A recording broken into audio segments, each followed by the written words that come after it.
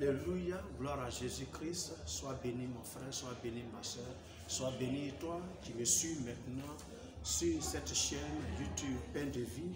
Merci pour ta présence, merci de me suivre. Aujourd'hui encore, nous sommes là pour parler de la parole de Dieu. Et aujourd'hui, nous allons parler de quelque chose de très important. Il va parler du péché et de la mort. Oui, le péché et la mort. Alors nous allons prendre dans le livre de Romains au chapitre 6 et les versets 22 à 23 nous intéressent. La Bible dit, mais maintenant étant affranchi du péché et devenu esclave de Dieu, vous avez pour fruit la sainteté et pour la fin la vie éternelle. Car le salaire du péché c'est la mort, mais le don gratuit de Dieu c'est la vie éternelle en Jésus-Christ notre Seigneur. Alléluia. C'est une grâce, bien aimé. La Bible dit que le salaire du péché, c'est la mort. C'est dit que la mort et le péché sont étroitement liés. Cela vient de Dieu qui a dit à Adam et Ève dans le jardin d'Éden, le jour où tu en mangeras, tu mourras, selon Genèse 2, verset 17. Adam et Ève ont été créés immortels, mais malheureusement, ils ont désobéi. Ils ont péché et sont devenus donc mortels. Le péché est l'œuvre donc et la mort en est le salaire. Il dit car le salaire du péché c'est la mort. Alléluia. Transgresser la loi de Dieu, manquer le but pour lequel Dieu nous a créés ici-bas, voilà ce qu'est le péché. Et sa conséquence c'est la mort. Mais quand nous parlons de la mort, de quelle mort il est question exactement?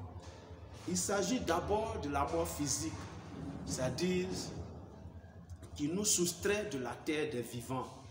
Et ensuite, la séparation éternelle d'avec Dieu, notre Créateur. C'est de cette mort-là qu'il est question. Alléluia. Vous savez, l'homme naturel est enclin au péché. Le péché qu'il a hérité d'Adam et Ève. Ainsi, il est voué à la mort. C'est-à-dire, il est voué à la mort sitôt né. Et l'adage dit que on est assez vieux à la conception pour mourir. Amen. Et nous disons que l'homme naturel est sans espérance là, cet homme-là, la mort, il est voué donc à la mort à cause du péché. Et donc pour lui, la mort est quelque chose de terrifiant. La mort terrifie, la mort effraie, la mort fait peur. Il préfère ne même pas y penser. Mais il préfère plutôt apprécier la vie, l'instant de plaisir actuel, mordre la vie en plein dents, comme on le dit chez nous. En fait, l'homme naturel fait l'autruche face à la mort, et cela au grand bonheur de Satan. Qu'est-ce que nous voulons dire? Nous voulons dire que l'homme naturel, il est pécheur naturellement. Tout ce qu'il fait, c'est se rebelle contre Dieu. Tous les actes qu'il pose, toutes ses pensées, tous ses propos sont des péchés. Et comme on le dit, il pêche comme il respire. Et à cause de ce péché-là, il est enclin à la mort. Et c'est pourquoi la mort fait peur. La mort est terrifiante pour lui. Voyez-vous, actuellement dans le monde, aujourd'hui, nous constatons quoi? Avec cette pandémie de la crise sanitaire qui sévit dans le monde, regardez un peu au début de l'année, quand cette crise a commencé à frapper les pays, les gens ont mis en avant-garde la mort. Parce que la mort fait peur. On comptait les morts. On parlait de dizaines de morts, de milliers de morts, de dizaines de milliers de morts. Et les gens ont commencé à avoir peur. Chacun ne voulait pas mourir. Chacun voulait avoir la vie sauve. Et on a créé ce qu'on appelait le confinement. Que les gens restent chez eux à la maison, qu'ils ne sortent pas. Mais aujourd'hui, par la grâce de Dieu, ce n'est plus le cas. Parce qu'on a compris derrière que non, il fallait vivre avec ce virus et que c'était un virus qui tuait aussi comme les autres maladies, comme les autres pandémies que nous connaissons. Amen. La mort fait peur. La mort fait peur à celui qui n'a pas d'espérance. La mort fait peur à celui qui n'a pas Jésus. La mort fait peur à celui qui est un homme naturel. Alléluia. Et donc, il joue à l'autruche. Il joue à l'autruche comme ça, il sait qu'il va mourir, mais il préfère ne pas y penser. C'est-à-dire parce qu'à l'idée de penser à la mort, le terrifie derrière. Et ça, ce n'est pas bon pour lui. Donc lui, ça fait tellement peur. Quand on parle de la mort nette, il a peur au point qu'il refuse même d'en parler. Et il préfère vivre pour l'instant, le plaisir de l'instant. Il préfère mordre la vie en plein temps. Il dit de toutes les façons, un jour je mourrai, alors il faut que je vive ma vie ici-bas. Pour parler comme l'autre, je ne vais pas perdre ma vie à chercher à la gagner. Alléluia. Et donc, il joue l'autruche face à la mort. Et ça fait le bonheur de Satan. Alléluia. Apocalypse chapitre 1. Le livre de l'Apocalypse, la Révélation, c'est le dernier livre de la Bible. Et ce chapitre 1, Apocalypse chapitre 1, nous allons lire les versets 16 et 17. Et ces versets 16 et 17 disent, il y avait dans sa main droite 7 étoiles. De sa bouche sortait une épée aiguë à 2 tranchants. Et son visage était comme le soleil qui le brille dans sa force. Alléluia. Quand je le vis, j'ai tombé à ses pieds comme mort. Il posa sur moi la main droite en disant, ne crains point, je suis le premier et le dernier, et le vivant. J'étais mort, et voici, je suis vivant au siècle des siècles. Je tiens les clés de la mort et du séjour de la mort. Alléluia. Jésus-Christ tient les clés de la mort et du séjour de la mort. Christ a vaincu la mort. Alléluia. Et il vit éternellement au siècle des siècles. Il tient les clés de la mort et du séjour de la mort. Et cette expérience glorieuse est pour nous. Amen. Nous qui croyons en lui, nous qui avons donné notre vie à Jésus, cette expérience-là, elle est pour nous. Parce qu'il nous a fait la promesse. Lisons un peu dans le livre de 1 Thessaloniciens 4. Lisons un peu dans le livre de 1 Thessaloniciens 4. Vous allez découvrir ça, bien aimé. 1 Thessaloniciens 4. Et nous allons lire les versets 16 à 17 qui disent ceci. Car le Seigneur lui-même, en un signal donné, à la voix d'un archange et au son de la trompette de Dieu, descendra du ciel. Et les morts en Christ ressusciteront premièrement. Ensuite, nous les vivants qui serons restés, nous serons tous ensemble enlevés avec eux sur les nuées à la rencontre du Seigneur dans les airs. Et ainsi, nous serons toujours avec le Seigneur. Alléluia. C'est une promesse qu'il nous fait. C'est-à-dire, quand bien même que tu vas connaître la mort physique, quand bien même que ton corps sera enterré dans la terre, la Bible dit que non, à un signal donné, au son de la trompette de Dieu, Christ descendra. Et les morts en Christ, ceux qui ont connu Jésus et qui ont connu la mort physique, vont ressusciter. Alléluia. Et ceux qui vivront pendant ce temps, parce qu'il y a certains qui ne connaîtront pas la mort. Tous nous ne mourrons pas. Ceux qui vivront connaîtront, qui ne connaîtront pas la mort, eux aussi, leur corps sera changé en un corps glorieux et ils seront enlevés. Alléluia.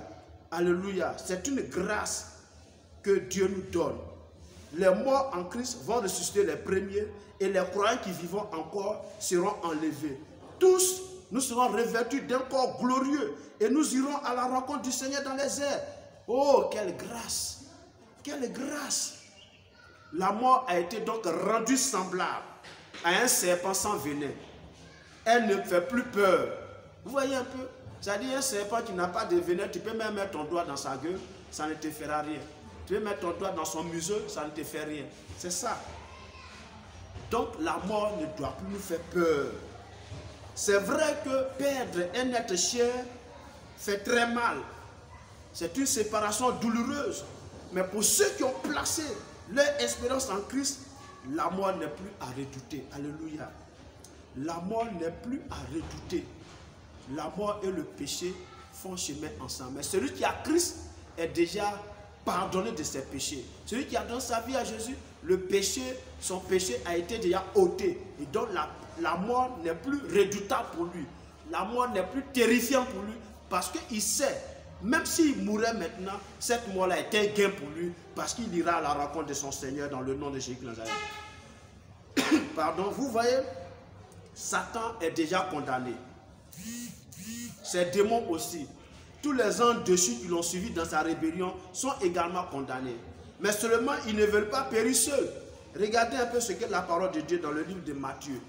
Dans le livre de Matthieu, dans son chapitre en son chapitre 25, Matthieu 25,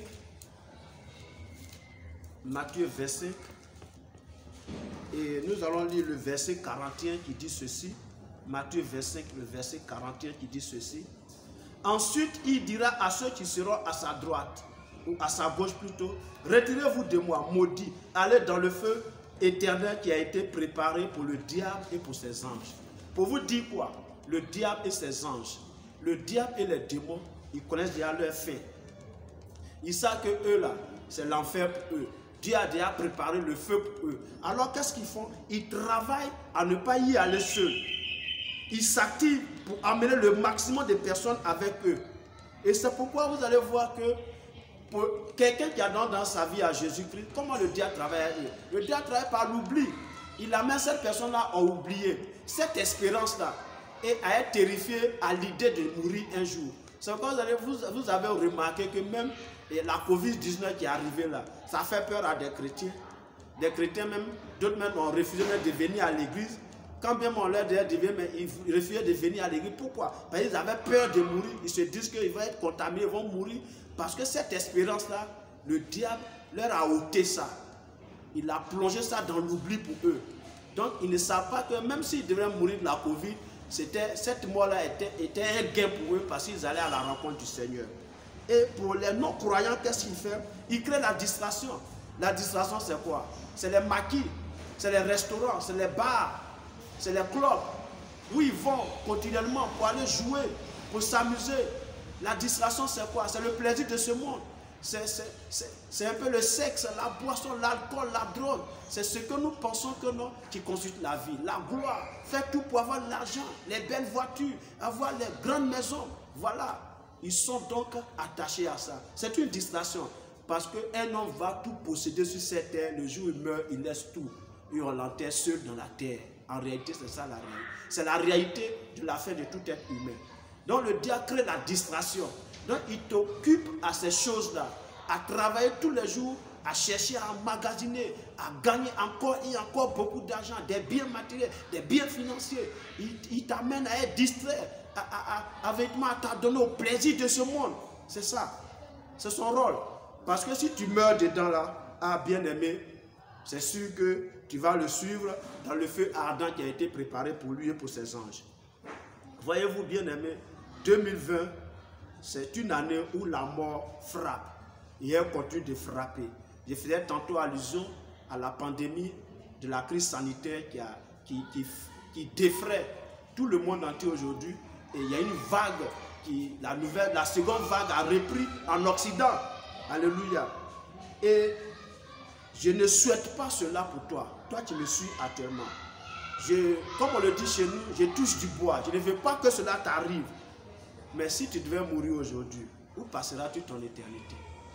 Voici l'interrogation que je demande que tu réfléchisses bien, tu analyses bien. Si tu arrivais à mourir maintenant, parce que ne joue pas l'autruche, tu sais que tu vas mourir un jour.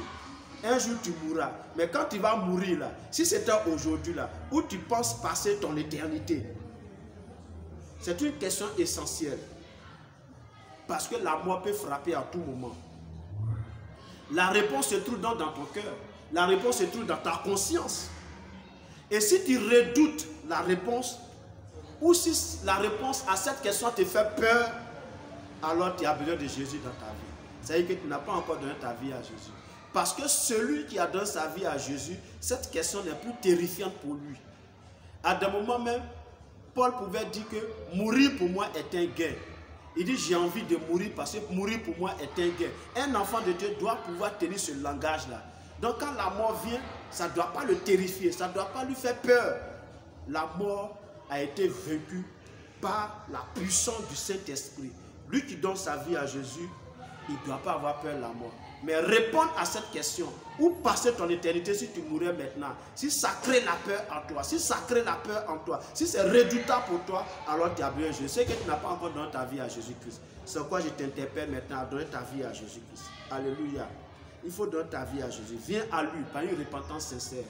Confesse tes péchés. Confesse tes manquements. Dis-lui que tu t'es trompé. Et viens à lui. Suis-le. Parce que c'est lui seul qui peut te conduire à la vie et à la vie éternelle. Que la grâce du Seigneur soit sur toi. Si tu as aimé le message, partage-le. Commente, nous avons besoin de ça. Et abonne-toi à cette chaîne et amène les gens à s'abonner également. Et aussi longtemps que tu agiras de la sorte, le Seigneur te bénira au nom de Jésus-Christ. Que Dieu te bénisse. Nous sommes à la prochaine.